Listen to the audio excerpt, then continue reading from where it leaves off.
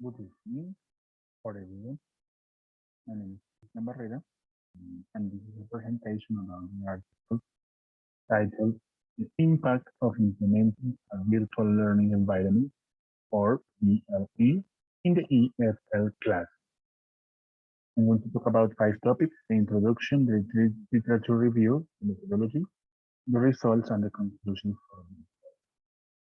First of all, the author tells us and discusses about the introduction, where he includes the different developments in and strategic materials about the different strategies in classrooms.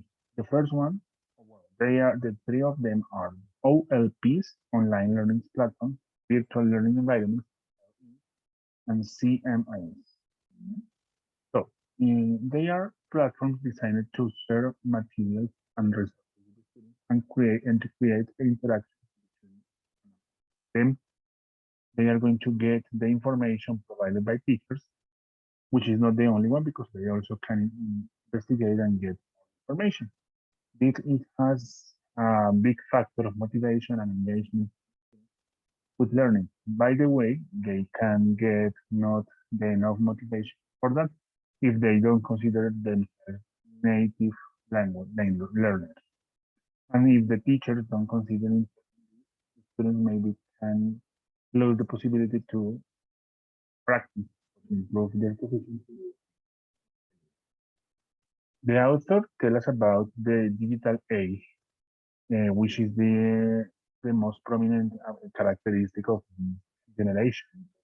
When they are practicing virtual learning environments with technology, with computers, social media, the most important factor in this case is that the students are talking another language. And the more they have access to the internet, the more they change forever, and the more they differentiate with other people who maybe don't have enough resources to practice and to get this learning.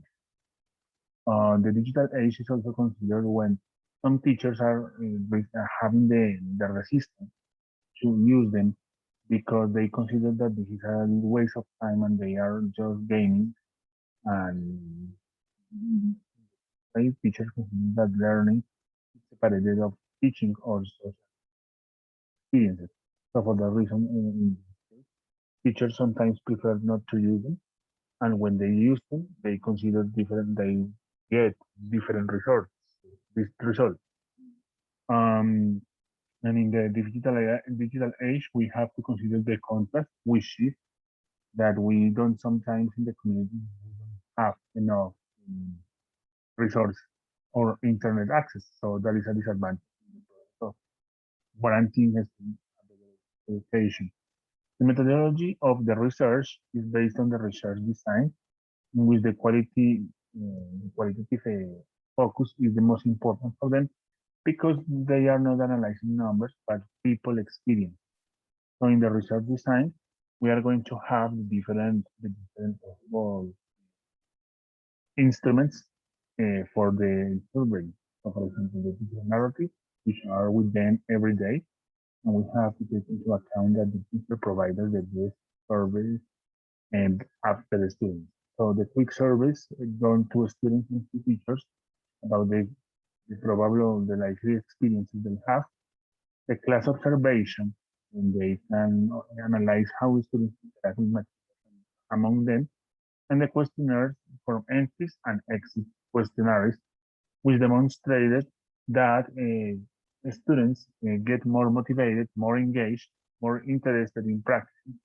And when the more interest in the class is, the more learners are engaged with teaching, with the process. So there were sometimes more commitment and having more fun in these classes. The consequence is they are going to learn too much. And in the conclusions, the author exposes that the most exposure the student is with technology, a better experience they will have with the technology. So I recommend teachers to use technologies and to practice with, because they are going to change the interface and the characteristic of their class. My name is Camilo Barrera. Thank you very much for connecting.